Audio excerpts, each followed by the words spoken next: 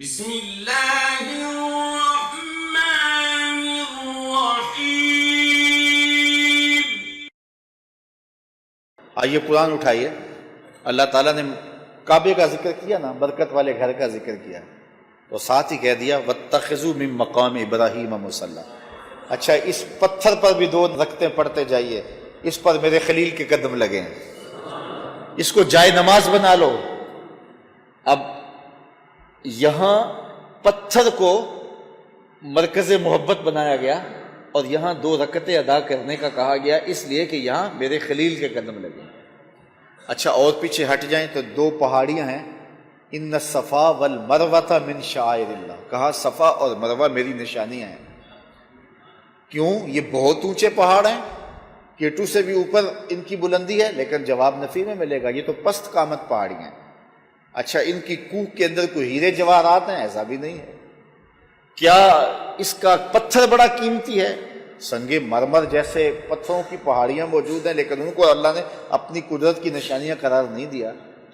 لیکن یہ عام کھردرے سے پتھر ہیں، قد بھی بہت بڑا نہیں، پھیلاؤ بھی بہت بڑا نہیں، لیکن رب کہتا ہے کہ یہ میری نشانیاں ہیں۔ تو نشانیاں کیوں قرار پائی؟ ایک ہی وجہ ہے، وہ یہ ہے کہ اس پتھر کی چھاتی پر حضرت ہاجرہ کے قدم لگے ہیں۔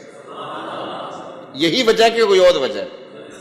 یہی وجہ ہے کہ اس پتھر کو رب نے اپنی نشانی قرار دے دیا، اور حجر اسود کو بھی جو ہے وہ محبتوں کا مرکز بنایا، اور یہاں مقام ابراہیم کو بھی جو ہے وہ مصلی بنانے کی تلقین کی۔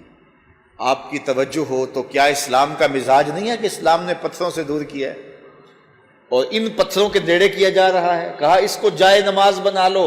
کیا ہوا اس پتھر کو؟ کہا یہاں میرے خلیل کے قدم لگے ہیں، یہ ان کے کھڑا ہونے کی جگہ ہے، اس کو مصلی بنا لو، اور یہ میری نشانی ہے۔ یہ دو پست قامت پہاڑیاں اب یہ پست قامت نہیں رہیں، ان کا قد آسمان سے بھی اونچا ہو گیا۔ کیوں اونچا ہو گیا؟ اس لیے کہ یہاں اب بنی اسرائیل کے ایک ولیہ کے قدم لگ گئے، یہ حضرت ہاجرہ کے قدم لگ گئے۔ لوگوں کو دین سمجھنے میں غلطی لگ گئی ہے۔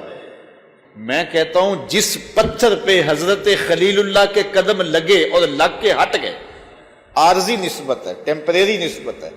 جس پتھر پہ حضرت ہاجرہ کے قدم لگے، لگ کے ہٹ گئے، وہ ابھی تک رب کی نشانیاں ہیں اور وہ ابھی تک جائے نماز ہے۔ اور جہاں حضور خود تشریف فرما ہے، اس گنبد خضرا کی شان کا عالم کیا ہوگا، اس کی رفت کا عالم کیا ہوگا، اس کے مقام کا عالم کیا ہوگا۔ تو کہا کہ یہ مسجد اقصی وہ ہے جس کے اطراف میں ہم نے برکتیں رکھی ہوئی، اور وہ انبیاء علیہ السلام کی مبارک قبریں ہیں۔ اللہ اکبر!